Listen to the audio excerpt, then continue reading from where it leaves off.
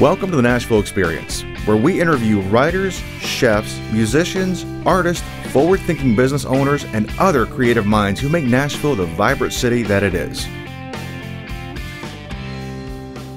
We are here today. My guest is Dr. Gary Flegal.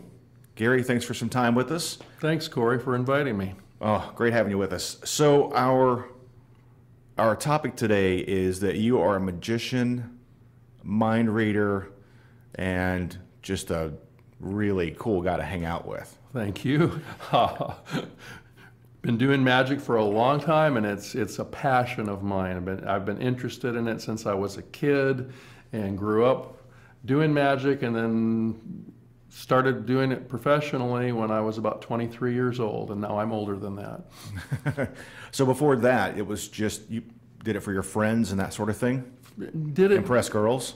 No, not really, because I was always interested through my teen years, but my mother actually actively discouraged me from doing magic when I was a teenager because of religious concerns, people thinking that I was weird or tied into some cult or something. Okay. Because it was just unusual, I thought. But So you started young, or your interest in magic Yep. started young. What was it that sparked that interest for you? I think the same thing that does it for a lot of kids, because majority of kids go through a magic phase, especially boys, but even a lot of girls do. And the thing is that people are interested in superpowers or having magic powers for real. And magic tricks appear to present that to people, but once you get started, you realize there's a lot of work to make it look like there's no work. And I mean, a good magician looks like they just wave their hand or snap their fingers and do something that is a magical gesture or something, but there's a lot of behind-the-scenes work to make that irrelevant thing look real. Yeah. Well, and the thing is, when you do it right, which we met recently, and we talked, and, Yep. and you showed me some magic and things, as well as the young lady where we were meeting. And both she and I had, at different points, you showed us things where we went, okay, I don't know how you did that. Not freaked out, but you know, you were that close to freaking out because I don't know what you just did there. So do you practice magic every day to get to a certain level and stay there? I don't practice every day now, but there's been a lot of practice throughout the years, and then I practice enough to maintain the level that I want to perform at. My criteria for whether something is good enough is that it has to look close to real. And your response would indicate to me that I'm getting close to that. Oh yeah, definitely. But you know, the thing about magic is nobody wants to see crappy looking magic. People want it to look real. They want to be fooled because it's a delight to have that mystery of how does it work. Now I will say also, there are a few people out there that don't like to be fooled because they think that their perceptual systems are perfect and it's an insult to their intelligence if you fool them. It's really not, because the truth is the more intelligent you are, the easier you are to fool. And that sounds backwards, but it's true. How does that work? Well, as we grow up, as we mature, we learn a lot of things that aren't so. And they become part of our belief structure and our perceptions, and we make shortcuts. For example, event A, you see it happen, and then it's when event A in your experience is followed by event B, well, A followed by B leads to C, and you've seen that lots of times in your life. Well, magicians take advantage of that. We create what looks like event A, followed by what looks like event B, but there's other stuff that you're not seeing. And then you're all set up to expect C. In fact, you may not even pay attention very much to the A and B because you say, oh, that's just A and that's just B, and so we're going to get C. And then something else happens, it's a surprise, and your perceptions, you go, wait a minute, and it messes you up, and it's a surprise. And that's what magic is based on, is the surprise element of setting people up to have different outcomes than what they're expecting. You know, I think we all you're right, we want to try to follow what you do and catch you, But what really deep down, I don't want to know how you do it, because I like that magic feeling where you go, wow, I don't know how you did that. Yeah, the majority of people, I think, really, while they say, I want to know how they do that, they really don't. Because the truth is, once you see how something works, all of the secrets, even though they might be difficult to execute, the secrets are relatively simple. If they weren't, no one could do them. So and then you find out, oh, that's all there is to it? And so you're disappointed. So learning how magic works is a disappointment unless you're actually on the path of wanting to learn how to create it so you can perform it for someone else. And that's a whole other thing. Well, and that's a great point. So what's it like to be the magician where you know how you do everything? Is it still magic for you? The magic is different for me. Okay. Now, there are still things that I don't know how they work. Nobody knows everything. But the magic for me isn't the tricks. And I really think that's really the case in general. The magic is the relationship, the fun, the excitement that develops between the performer and the audience, and watching somebody's mouth drop open and know that I created that moment for them. That's the magic that I get out of it, that I create special magic moments for people. Okay, I can see that. Now, we talked recently that you really enjoy working in a group, or if you're working a room or with a group, you really enjoy having folks close to you, so that it's not anything they're watching on a screen. They can really see close up what you're doing. Exactly. And everything that I do, I mean, you and I are seated now probably about 6 feet apart from each other at a table, but literally everything that I do, I can do this close to somebody, and I consider that pretty close. It's not, I have things that are very visual that can be seen from a large stage, but those same things could be done this close. That would be things like birds appearing, a table floating. Mind reading, of course, doesn't have to be far away, but I haven't seen you make the bird appear, but some of the stuff you've shown me before is really, really cool. And the floating table thing, that's pretty awesome. Now, with learning magic, there's not a magic university that I'm aware of. So to get started and to continue that education and that process, what's that like, and how do you do it? Well, first off, there is a magic college that people go to if they want to. It's not a lot of people go to it. It's a very exclusive kind of thing. It's called the Chavez School of Magic. And it was created back, I think, in the 1940s by a guy whose last name was Chavez. People always name things after themselves. And it still exists with some of the students now are the instructors running it. But not very many people do that. The route that most people go is self-taught, and then mentors, people that they know. Of course, now we have this incredible technology. People can look on YouTube and get DVDs that people teach magic. And when I started, there were no videotapes, no DVDs. We had books. And so you had to read. And I still think a lot of the best magic comes out of books, because the problem with learning from DVDs and from videos on YouTube, you copy exactly. There's a lesser creative process. And so you learn it quicker, but you learn how to be a clone. You copy move for move. You don't create your own thing the same way you do when you have to read it and interpret it and create it for yourself. Yeah, we all want to see magic, but I think you're right. You want to see this magician has his way of doing it.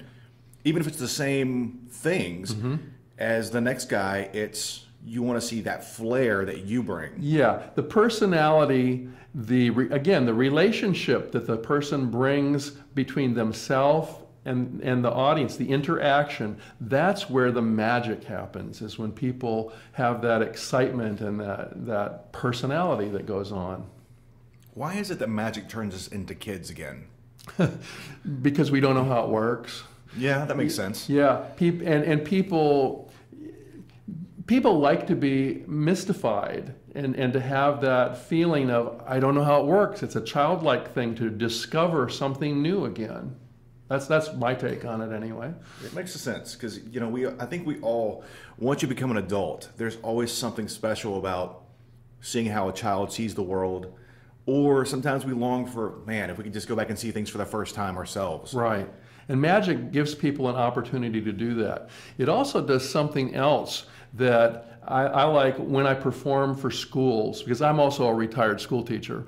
When I talk to parents and teachers in schools about how magic always invites that question, how does he do that? Well, when you start putting together, you start trying to figure things out, and even if it's a wrong explanation, it's a creative explanation that jumps into what teachers are always looking for, is to activate higher level thinking skills, where you put things together in new ways and you're not just giving back rote information. It's so exciting to have people do that, and kids jump off on that really quick when they see something. They don't know how it works, but they're trying to create a new way, and that's those higher level thinking skills that educators are always talking about. So did you use magic in the classroom? A little, not a lot. Because when you are there's different when you're the teacher as opposed to the person coming in from the outside. When you're the teacher, it's just, oh, there's Dr. Flegal doing his thing again. And really? Oh yeah, kids get, you know, they kind of pull back, but no matter Is it getting used to it? Yeah, they just get used to you as a person, and it's just, oh, it's him doing his thing again. And you know, they do that whether you're telling jokes or whether you're doing magic tricks, or it's just the day-to-day. Yeah, it's the day-to-day. It's like, you know, do your own kids listen more to you or to a stranger that they admire? It's a kind of a hero worship thing, yeah. that your kids are so used to you, they don't hear you the same way. And teenagers in particular, you start seeing that they have other outside influences as opposed to the people who are close to them. And it's the same kind of thing.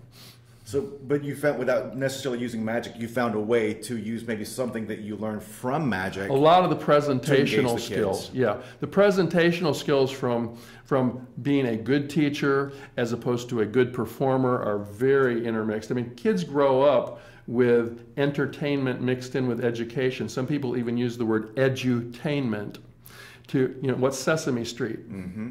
Mr. Rogers, and now the Daniel Tiger Show, you know, all those things that kids watch on PBS are edutainment. If you think about it, we educate and entertain at the same time to keep kids' attention. Yeah. And teachers have to do a lot of that, even if they don't think they do, they really do, to keep it interesting for people.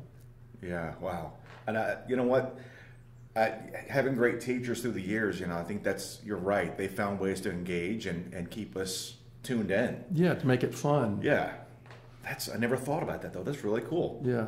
So with what you do, you're a solo performer, but you are also part of the Tennessee... I'm part of two magic clubs in this area, the Middle Tennessee Magic Club, which is based in Murfreesboro, mm-hmm. and the Nashville Magic Club, which is based in Nashville. We're both, the clubs are called rings, as following the linking rings named for, and both rings are very active in this area, and we'd love to have people come and visit. You were showing me some card tricks before. I don't know how you did it, and it really kind of caught my attention. Could you walk us through something right now? Okay. We got a deck of cards, and we have a little place here between us on the table, mm-hmm. and I'm just gonna show you the cards here so that you can see that that's a real deck. Real deck. Everything's there. Fairly well mixed. Mm-hmm. Okay. In a moment, I'm going to show you the cards again. And as I show you the card, I don't want you to think of a card yet. You're just blank your mind. Ooh, that was quick. That's magician. It's way too easy for me. Magician joke. Okay. And I'm going to just spread the cards out here, and I want you, don't try to look at all of the cards because that's just confusing to you. I want you to narrow in and zero in on one card and remember one card that you actually see. So I'm just going to spread the cards and just zero in on one card. If you got one? Mm-hmm. Okay, cool. Think about the card. Your card, I'm not actually a mind reader as such, but I get impressions. I get the sense that I'm not sure, might be a red card. It is. A red card. And a higher number, like higher than a 5. It is. Okay. And I'm not clear, might be a diamond. It is. Is it a face card? No. Not a face card. Okay. See, this is not a perfect science at all. But let's try. Remember, I just spread the cards. You looked at one, and I didn't point to one. You just looked and picked out one visually. Was your card the 8 of diamonds? Why, yes, it was. That's when you do that stuff. It's just, I don't know. Like I said before, it's that stuff where I don't really want to know how you do it, and yet it's just cool as can be. So, and that one's fun because I use that one a lot, and I can do it with multiple people at the same time. That's incredible. So, Gary, you do hypnosis as well. Yes. Is it just as a performance, or is it something else? I do 2 things with hypnosis. First off, I am a certified hypnotist with the National Guild of Hypnotists, which nobody's ever heard of unless you're in the area, in the field. But I am a clinical hypnotist, and I see people for a variety of things, from smoking cessation to stress management, sleep problems. And while I don't diagnose, I have a PhD in healthcare that I see clients for mostly for anger management, but other things as well. And I use hypnosis to help people change their behaviors. Now, you can't make somebody do something they don't want to do, so that's the key. Even the things you see on television about hypnosis and in the movies where they make somebody have amnesia after they've murdered somebody and robbed a bank, that's not going to happen. That's not real. It makes a great script for a movie or a television show, but the reality is that under hypnosis, people will not do stuff that they wouldn't do normally. That violates their value system. Everybody that's hearing this has been hypnotized before, if not formally, informally. How so? If you drive a car, is one great example. Almost everybody has arrived at their destination and realized, I don't know how I got here. I got here safely, but oh my God, how did I get here? Because your mind was doing something else for maybe 5 or 10 minutes. Mm-hmm. It has happened. It happens to almost everybody. That's road hypnosis. That's more like what hypnosis is like than what people think. It's not like going to sleep. We still use the word sleep, and the word hypnosis comes from a Greek word meaning sleep, but it's really not sleep. It's focused awareness, and it allows you to get past the block that we have, which is our conscious mind that keeps the filter that keeps everything out. And we kind of focus and let that go and go into the subconscious mind more directly. Now, that can be used for stage hypnosis as well, which people have seen stage hypnosis where people go up and they cluck like a chicken and they dance and they act like celebrities, or they're playing an air guitar and doing some crazy thing. That's a lot of fun. The truth is that stage hypnosis is easier than clinical hypnosis. Stage hypnosis, people want to come up there and be your subjects. They volunteer. You don't get anybody up on stage that's not a volunteer. And they come up and they want to have a good time. They want to be the stars of the show. And clinical hypnosis, the difference is people are coming to you for serious things that are going on in their lives, and they want help. And hypnosis was not their first choice. It's their last ditch effort. They've tried everything else, and so now they're coming. So it's more of a challenge to work with folks that are coming to you as a last resort. as opposed to getting up on stage and wanting to have fun. But once people understand that hypnosis is not giving up control, it's about having somebody guide you through a process that's a process that you want to be a part of, then even clinical hypnosis is not as hard as people think. It makes sense now that you say when somebody wants to get up there and be, for fun, do something, there's no blockage in getting past that because they're just letting everything, they're opening up completely to you. They're willing to just relax and let go and follow the suggestions of the hypnotist. And realize at that point they're probably going to do something that they're going to look back and crack up later because they're like, I did what? Yeah, exactly. Now, there are people who come up on stage and you see them get sent back to the audience because they're not comfortable enough with themselves to allow themselves to relax and go with the flow. Okay.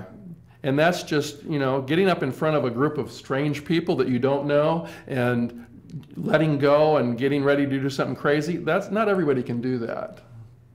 Yeah, I think you have to be able to allow yourself to be made fun of. Partly, but it's not so much being made fun of, it's providing a focal point for people, and you get to be, people end up laughing with you because they know you're up there. You're providing the focal point for their fun. Yeah, I have never done that, and I think at some point in time, because I've had a good laugh at watching other people, and I think it'd be kind of fun at some point to get up there and be, do you remember that stuff afterwards? Sure. Really? Even if they tell you that you're not going to, you will remember a lot of it. Okay, so if you're clucking like a chicken, you're going to remember. Know it. Yeah, you're going to remember that probably. That would be a fun thing. Well, maybe not fun to get up there and cluck like a chicken, but it is definitely fun to watch. Yeah. Well, you know, people let go of their inhibitions and do stuff they normally wouldn't do in public. And that's what's fun about it. How can people find you to do this kind of stuff and to hire you? Because you do a lot of cool stuff in Nashville. Yeah, a lot of stuff. They can find me online at www.garyflegalmagic.com. And my name is G-A-R-Y-F, like in Frankenstein, L-E-G-A-L. So it's garyflegalmagic.com. I don't know. You're on Facebook and stuff as well. On Facebook, yep, easy to find. On the internet, YouTube channel, and all that. So on the YouTube stuff. channel, that people can see videos of your act? They can see samples of what I do from live performances, and there's a lot of stuff on there. It's fun. Well, I can tell you, this is twice now that we've been together, and you've shown me some magic and things, and I am really impressed. I look forward to seeing an actual performance where you have the floating table and the birds and the whole 9 yards. I'd love for you to come. Well, again, I thank you for your time, and we'll see you out there somewhere. All right. Thanks, Corey. Thanks for listening to the Nashville Experience. For more info, follow us on Facebook and Twitter, or visit our website at nashvilleexperience.com.